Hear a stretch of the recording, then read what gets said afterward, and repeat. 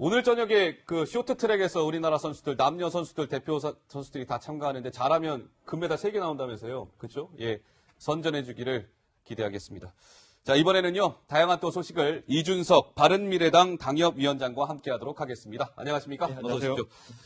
자, 6.13 지방선거 이제 성큼 다가오고 있습니다. 그런데 이 서울시장 선거전이요. 무척 뜨거워질 것 같습니다. 더불어민주당의 5명의 지금 후보자가 출마 의사를 밝혔거나 밝힐 예정인데 한 사람이 또 여기에 더 가세했습니다. 누굴까요? 목소리 듣고 오시겠습니다. 당원 여러분, 민주당으로 돌아왔습니다. 10년 만의 역사는 비로소 진실을 찾아가고 있습니다. 민주당을 짊어지겠습니다.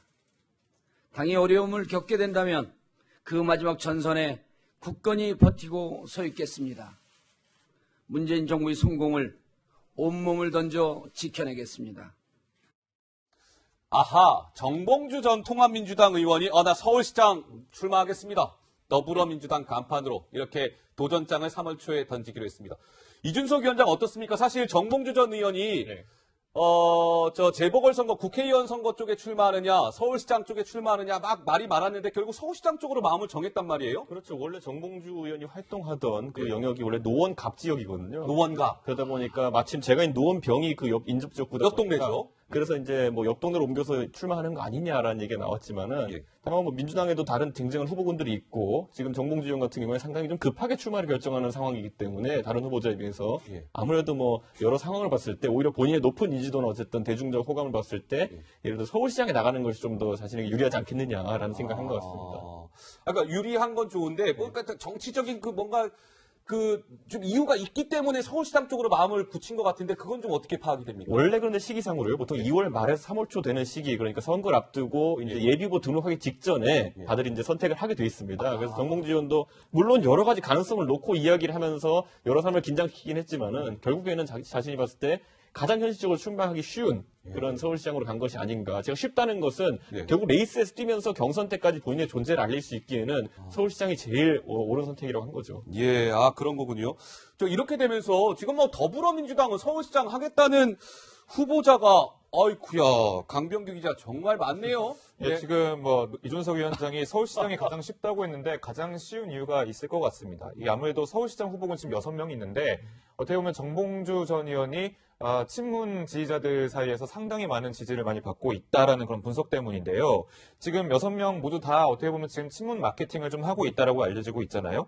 그런데 만약에 정봉주 의원이 들어왔을 때 일단 이 당 경선을 통과해야 되는 입장에서 뭐 가장 어떻게 보면 친문 지지자들이 많은 당내 그 지지를 가장 빨리 끌어모을 수 있다라는 분석이 나오는 거죠.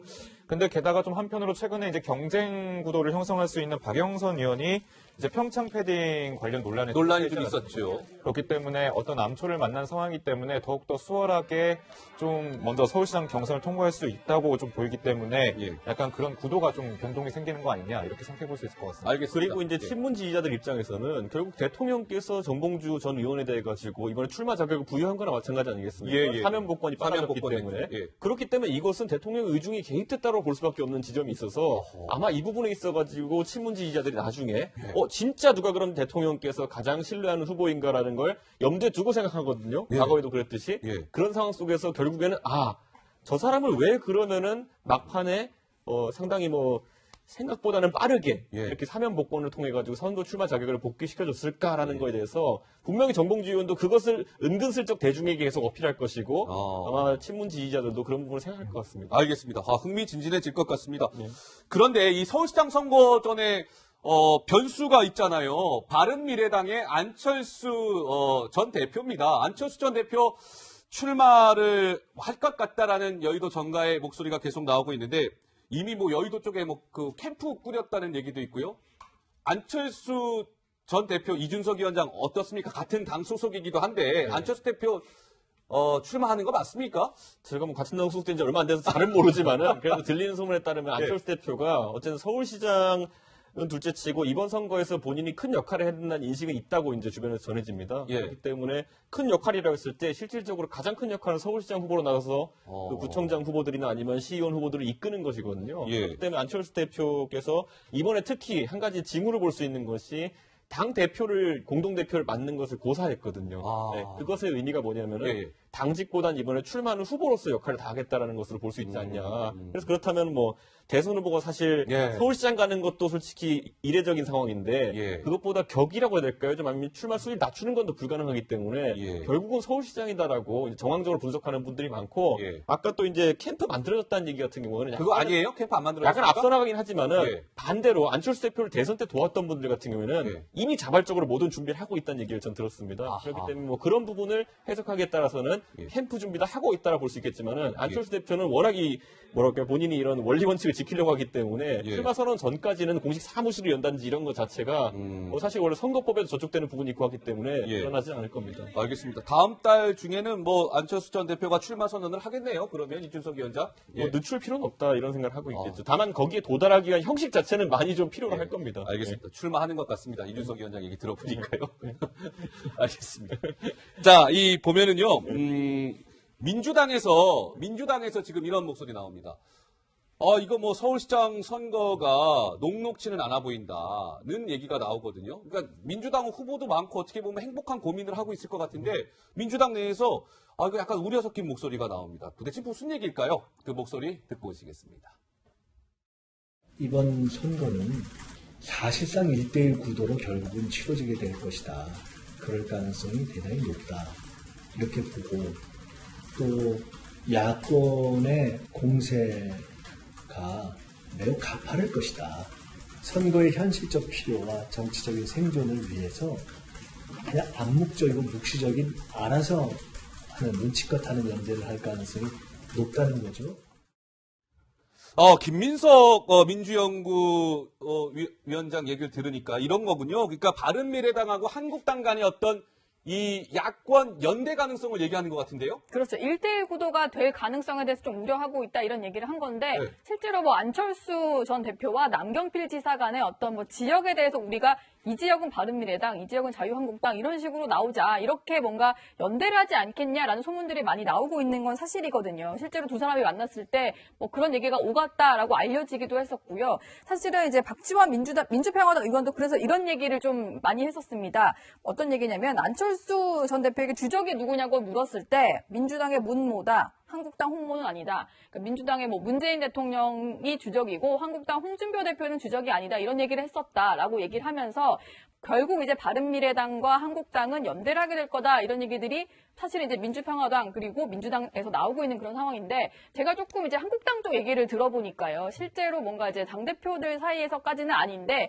밑에 당직자들이라든지 여러 가지 분위기를 봤을 때는 실제로 우리가 여러 가지 야권 분열이 돼서는 안 되기 때문에 지역을 좀 나눠서 유력 후보가 있다면 지역을 나눠 맡아서 이렇게 나가는 게 어떻겠느냐 이런 연대 분위기는 좀 조성이 되고 있다. 이런 얘기를 들었습니다. 그러니까 바른미래당에서는 이제 안철수 후보를 출마를 시키고 대신에 바른미래당 안철수 후보가 있으니까 한국당에서 후보 안 내는 거죠. 그래서 이제 안철수 대표한테 힘 실어주는 거고 경기도 같은 경우는 남경필 지금 지사가 있잖아요. 한국당에. 그러니까 오히려 반대로 바른미래당에서 경기도지사 후보는 안 내면서 한국당 쪽에 이제 힘을 실어주고 이게 야권 연대 손잡는 거 아니냐 이런 건데 이준석 위원장 보시기는 진짜 어때요? 이거 가능성 있는 얘기입니까? 실제 그런 흐름이 저는 있어요? 우선 저기서 박지원 대표가 하신 말씀에 대해 가지고는 예. 뭐 저 얘기 같은 경우 당사자 간에 있었던 대화를 예를 들어 안철수 대표가 어디 가서 얘기했거나 아니면은 남경필 지사가 얘기했거나인데 제가 아는 두 분은 둘 다 입이 가벼운 분은 아니에요. 정치를 하시면서 뭐 이렇게 뭐 구설에 그런 쪽으로 오르셨던 분들이 아니거든요. 예. 그렇기 때문에 아마 저 부분은 좀 누가 추측한 것을 박지원 대표가 전달받아서 와전된 것이 아니냐.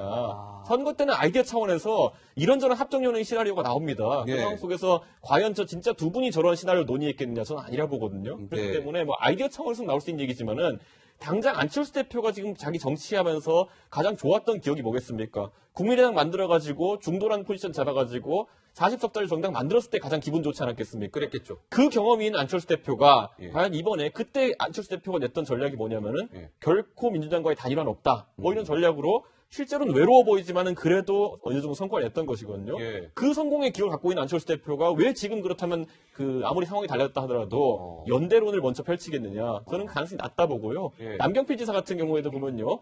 그렇게 할 거였으면 가장 좋은 위치가 뭐냐면은 바른미래당에 잔류하는 겁니다. 아하. 그랬을 때 그런 연대 협상을 하기 좋아지거든요. 예. 그런데 그게 아니라 오히려 자유한국당을 가는 선택하셨다는 거에서 그럴 거면 옮기실 필요가 없죠. 왜 당을 옮긴다는 얘기까지 들어가면서 연대를 합니까? 예. 어차피 도로 다시 합칠 거면은. 그렇기 때문에 저건 아주 시나리오가 아직까지는 예. 진지하게 검토된 적이 없다 이렇게 볼 수 있을 것 같습니다. 상황에 따라서는 그러면 나중에 막바지에 정말 힘들다 싶으면 할 수도 있는 거예요? 선거는 변수가 많기 때문에 저도 확답 못 하겠습니다. 아직까지는 아닙니다. 아직까지는 아니다. 예. 예. 알겠습니다. 지켜보도록 하겠습니다. 자, 이번에는요. 그렇다면 이제 한국당 얘기를 좀 해봐야 될 것 같은데, 한국당은 지금 노은지 기자 어떻습니까? 서울시장도 그렇고 각 후보 인물란에 허덕이고 있는데 약간의 과거의 인물들을 조금 영입하려는 뭐 또 그런 움직임이 있습니까? 네, 그렇죠. 장제원 수석 대변인이 얼마 전에 여기 정치데스크 프로그램에 나오셔서 70% 정도 넘어온 사람이 있다라고 했는데, 뭐 사실 뭐 얘기가 나오고는 있습니다만 좀 명확한 후보가 없는지 자꾸 올드보이들 이름이 거론이 되거든요. 얼마 전에 홍준표 대표 같은 경우에도 설 연휴 전에 기자 간담회를 열어서 오세훈 전 서울시장을 언급했던 적이 있었습니다. 실제로 뭐 오세훈 전 서울시장이 좀 나오는 게 어떻겠느냐 이런 얘기들도 나오고 있다고 하는데 좀 정리를 해보면요. 일단 서울시장으로는 오세훈 전 서울시장에 대한 이름도 다시 홍준표 대표가 구애를 하면서 언급이 되는 상황이고 충남지사도 지금 뭐 워낙 후보군이 없다 보니까 충남지사를 한번 지낸 적이 있었던 이완구 전 국무총리라든지 아니면 이인재 전 의원 같은 경우도 이름이 거론이 돼서 실제로는 후보가 없다 보니까 자꾸 옛날 사람들 거론되는 거 아니냐 이런 얘기들도 나오고 있습니다. 예, 알겠습니다. 자, 지방선거와 관련된 정치권의 뭐랄까요 물밑 흐름, 치열한 신경전 좀 짚어드렸고요.